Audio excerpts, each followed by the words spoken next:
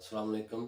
आज हम डिस्कस करेंगे एक फैमिली केस जो कि शोहर ने अपना जो निकाह नामा में शराइत लिखी गई कॉलम नंबर 14, 16 और 19 में उसकी कैंसलेशन के लिए दावा दायर किया। तो फिर सुप्रीम कोर्ट तक वो केस चला और सुप्रीम कोर्ट ने शोहर या बीवी के हक में फैसला किया। किसके हक में किया?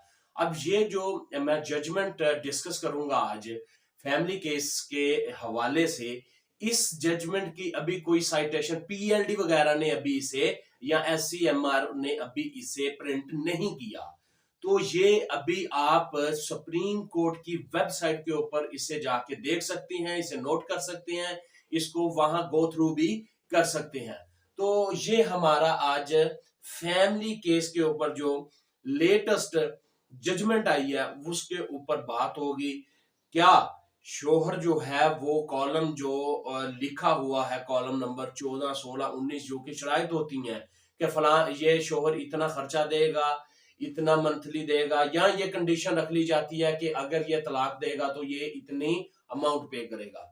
तो क्या इसके ऊपर शोहर को कुछ मिला या उसकी जो दावा है या जो leave to appeal Supreme Court तक गई वो हुई या खारिज होगी? जल्दी से अपने टॉपिक को शुरू करते हैं। शुरू करने से पहले तमाम नए दोस्तों से रिक्वेस्ट है कि चैनल को सब्सक्राइब कर लें ताकि आइंदा आने वाली तमाम वीडियो आप तक आसानी पहुंच सके। लाइक लाजमी करें और अगर कोई चीज पूछनी हो तो कमेंट्स में आप बता सकते हैं कि आपको ये समझ आई या नहीं आई। अगर कोई चीज रह गई तो फिर आप कमेंट्स के जरिए पूछ सकते हैं, इंशाल्लाह उसका रिप्लाई भी लाजमी होगा।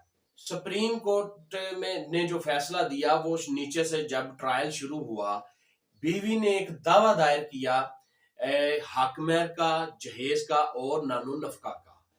और इसके बरक्स 2016 में साथ ही शोहर ने एक दावा दायर कर दिया कि कॉलम नंबर 14, 16, 19 जो निकाह नामे का है उसमें जो शराइत लिखी गई हैं वो उस शोहर को इल्म में नहीं लाया गया, उसको एतमाद में या उसके इल्म में नहीं लाया गया और वो शराइत उसके पूछे बगैर, उसकी मर्जी के बगैर लिख दी गई हैं।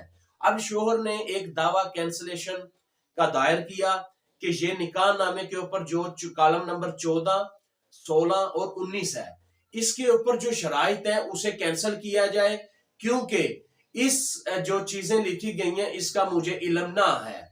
तो जब ये केस चला तो ट्रायल कोर्ट ने जो बीवी है उसका डावर, डोरी आर्टिकल और मेंटेनेंस का दावा डिग्री कर दिया, उसके हक में हो गया। लेकिन जो शोहर का दावा था वो खारिज कर दिया। अब इसके बाद एपेलेट कोर्ट में गए, एपेलेट कोर्ट ने भी इसको खारिज कर दिया। अब जो शोहर है उसने एक रेमेडी जो है हाई कोर्ट से वो रुजू किया और वहां पर एक रिट पिटीशन दायर की। क्यों? चूंकि फैमिली केसेस में ट्रायल के बाद एक ही हक है अपील का, उसके बाद सेकंड अपील स्टैट्यूटरी नहीं है। तो स्टैट्यूटरी अपील ना होने की वजह से जो ग्रीवियंस होता है लोगों का वो रिट की शक्ल में हाई कोर्ट से रुजू करती हैं। तो जब शोहर ने रुजू किया हाई कोर्ट से, उस रिट में सारा अपना क्लेम लिखा तो हाई कोर्ट ने भी वो रिट खारिज कर दी। अब लेटेस्ट जो जजमेंट है उसमें ऑब्जर्वेशन जो सुप्रीम कोर्ट ने दी वो यही कहा कि ये फर्स्ट ऑफ ऑल उसने ज्यूरिसडिक्शन का डिस्कस कर दिया।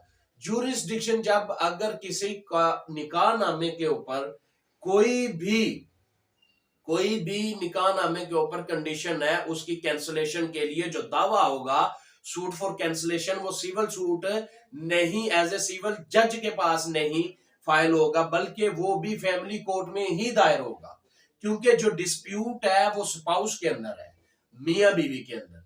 तो इसीलिए इस दावे का जो दायरगी होगी वो भी फैमिली अदालत में ही होगी। पहले तो इसमें जुरिस्डिक्शन बताई गई, जुरिस्डिक्शन ये ही बताई गई, इसमें साइटेशन भी डिस्कस की गई कि इन साइटेशन के मुताबिक जो इसका जुरिस्डिक्शन बनती है वो सिविल सूट नहीं बल्कि फैमिली सूट ही बनता है, फैमिली कोर्ट में ही ये दायर होना है। इसके अलावा जो ऑब्जर्वेशन दी गई تو اس میں سپریم کورٹ نے یہ آبزرو کیا اور لیو ٹو اپیل کو ڈسمس کر دیا اس آبزرویشن کے ساتھ کہ یہ اگر نکاح نامے کے اوپر کوئی چیز لکھی ہے، کنڈیشن کالم کے اوپر کوئی لکھی ہے، اس کے ریکارڈ میں بھی موجود ہے اور جو آپ کو پرت ملتی ہے اس پر بھی موجود ہے اور ریکارڈ پر بھی موجود ہے، تو پھر اس کی کینسلیشن نہیں ہوگی، خواہ آپ کے نالج میں ہے یا نہیں ہے۔ تو اس آبزرویشن کے ساتھ سپریم کورٹ نے لیو ٹو اپیل ڈسمس کر دی اور وہ جو کنڈیشن ہے نکاح نامے کے اوپر انہیں ریسٹور ہی رکھا۔ تو یہ نئی ججمنٹ ہے سپریم کورٹ کی، اس میں ہم نے 2-3 چیزیں ڈسکس کی کہ اگر کوئی کینسلیشن کا دعویٰ دائر کرنا ہو فیملی ڈسپیوٹ میں تو وہ فیملی کورٹ میں ہی ہوگا۔ دوسرا اس میں یہ ہے کہ اگر ریکارڈ کے اوپر ہے، یا تو یہ ہو سکتا ہے کہ آپ کے پاس جو پرت ہے اس کے اوپر لکھا ہوا ہے اور ریکارڈ میں نہیں ہے، پھر تو بنتا ہے، کینسلیشن بنتی ہے۔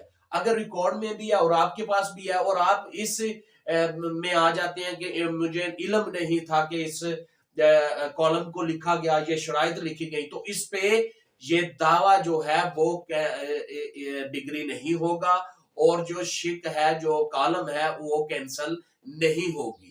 تو دوسری چیز یہ ہے۔ تیسری اس میں چیز یہ ہے کہ اگر آپ کو کوئی بھی ڈسپیوٹ کریٹ ہو جاتا ہے کسی بھی قسم کا، پراپرٹی کیا بھی ہو، تو پھر بھی جورسڈکشن فیملی عدالت کی ہی ہوگی۔